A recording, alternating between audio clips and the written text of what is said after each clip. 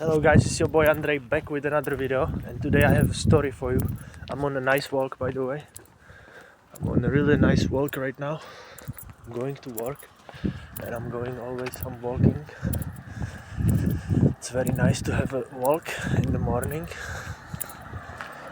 Always when I'm on the walk by myself, when I walk through some kind of nature, and I can just be alone with my thoughts.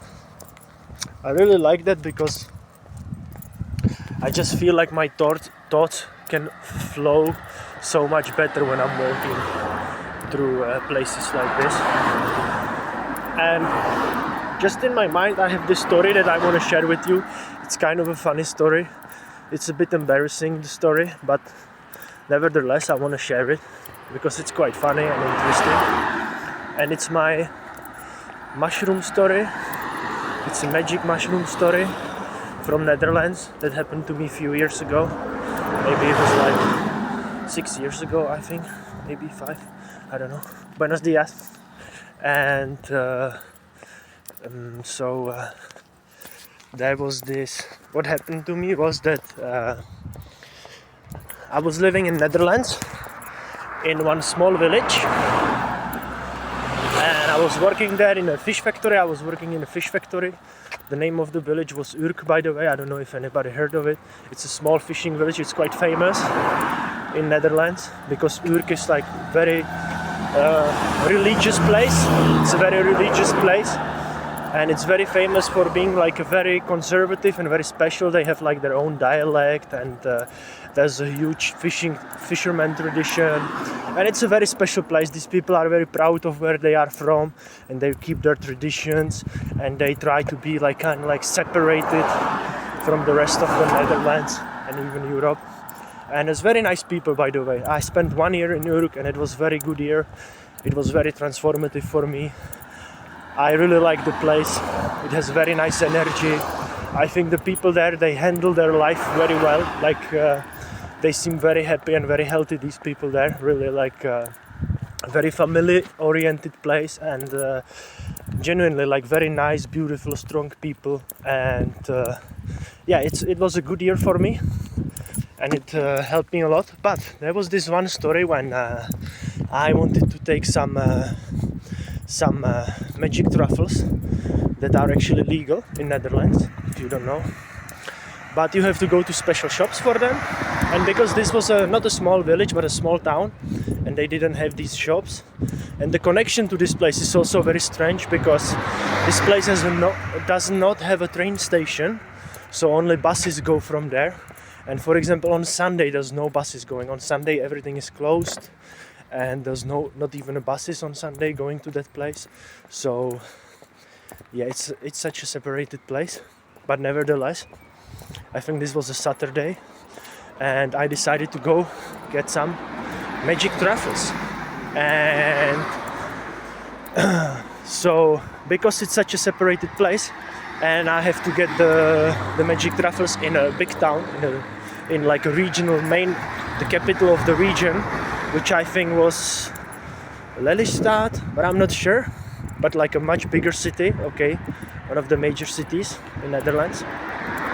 And so first I have to take a bus to one place and then change to a train to another place. And I'm not really sure, but I think there could have been one more change. So it was either one change or two changes somewhere. I'm not sure. But 2 or 1, I'm not sure.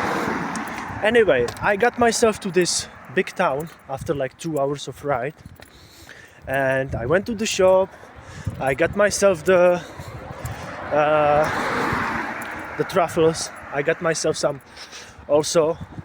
And I decided that I will eat the truffles there, and I will already start the trip mildly on my journey back, and I'm gonna enjoy the ride in the bus and in the train, because I really like to just like trip and look from the window, and enjoy the visuals and enjoy the ride. And I was also fasting that day, because whenever I do some of these things, I like to fast.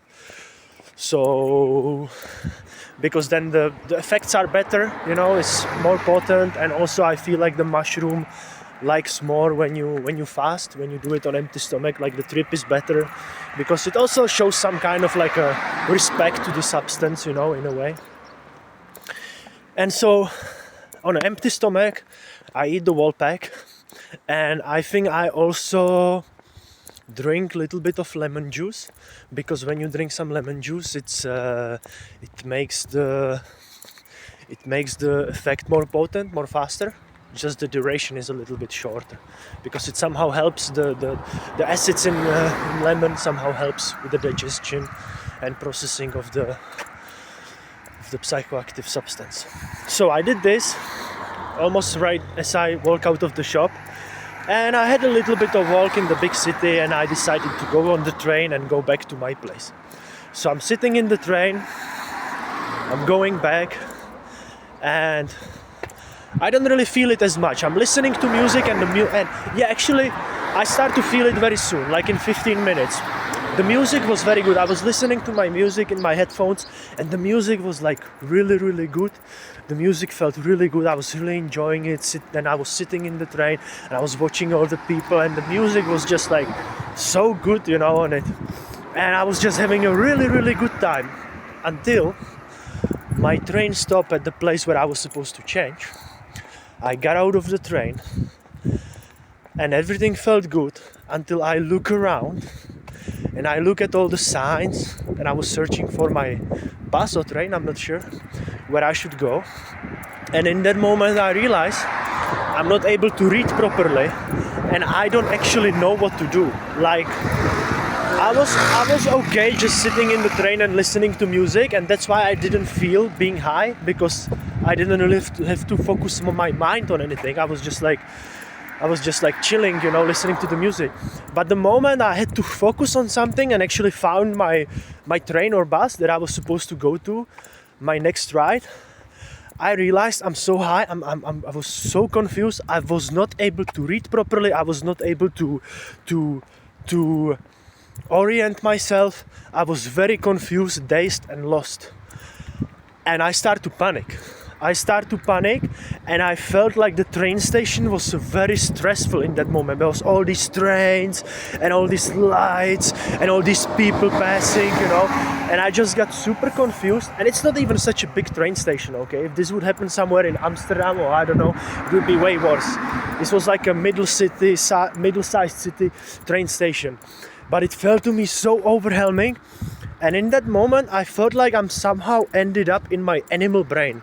I don't know how to explain it, but I felt like a monkey. I felt like an animal. I didn't feel like a human anymore. I felt like my animal brain was fully activated and my human brain was like switch off. And I wasn't able to use my human brain, and I was just like an animal. And now, so imagine that if you would take a monkey from a zoo or a monkey from a jungle, and you would put them without any explanation in the middle of the train station and don't tell them nothing. And that's how I felt. That confusion. And that confusion, it grew into fear, and that fear grew into aggression. And so I was just like walking around in the circles, and I was like shouting at the people. Not any words or anything. I was just like, wah, wah, and just walking around. And then for some time, I calmed down, and I was just walking around. And then I started to shout again. And of course, the people got a bit worried there. And nobody went any close to me, There was like this circle around me, and people were just like stopping and looking, and they looked kind of worried. I didn't hurt anyone, I didn't break anything. I was just like kind of like walking around and shouting, because in my mind I was kind of like protecting myself and like protecting my space, like I was showing everyone this is my space and I'm protecting myself. And in that moment I even forgot why I did it. I was like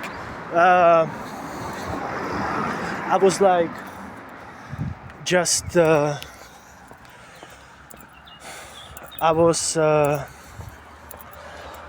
I didn't even know what was going on, And then the police came.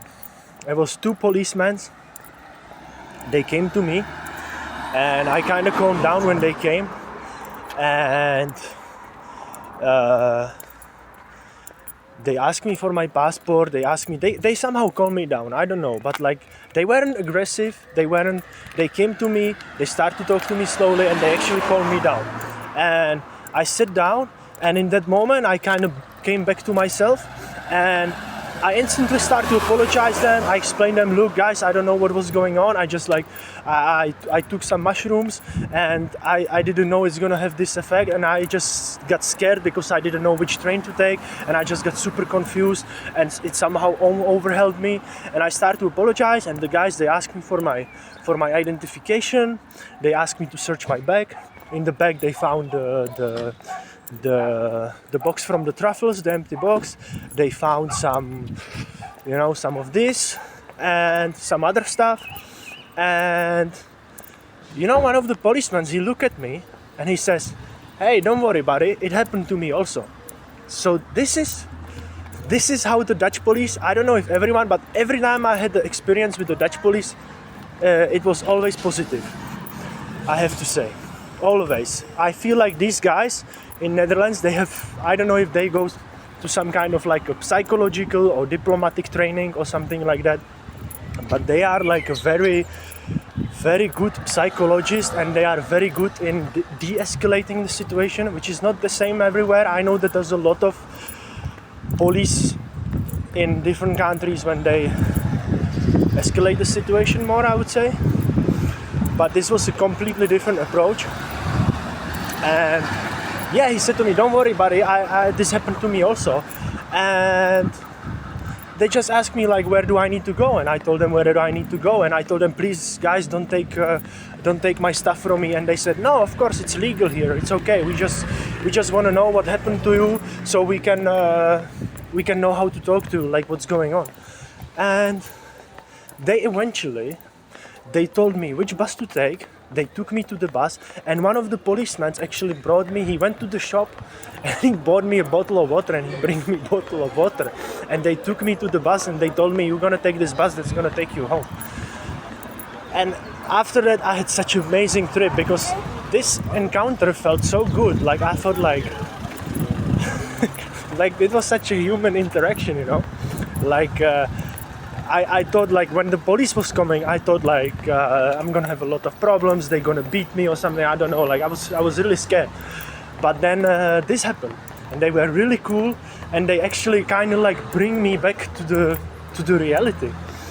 And yeah, so it was a very, very interesting encounter. And then I went home and I had really amazing time then, and everything was good. So. Yeah, I think the Dutch police I think is one of the best police, honestly, because always I didn't have much problems with the police there. This was one of the only times, but every time I saw them interacting with someone on the street or something, they always seemed very, very educated, very polite, really trying to help, trying to do the best in the situation, not trying to show that they are because I know that, for example, in Spain sometimes the police reacts a bit differently, let's say. I have to say. It's a bit different, honestly. Okay, but yeah, whatever. So yeah.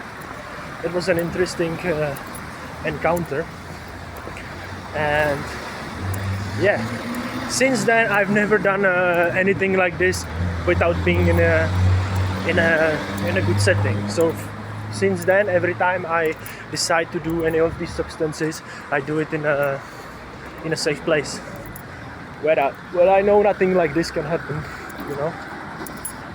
And yep. Alright guys, I think I'm finished now. We're already getting to 15 minutes now. Yeah. Alright guys, if you like this video, please like and subscribe, and have a nice day guys. Bye bye.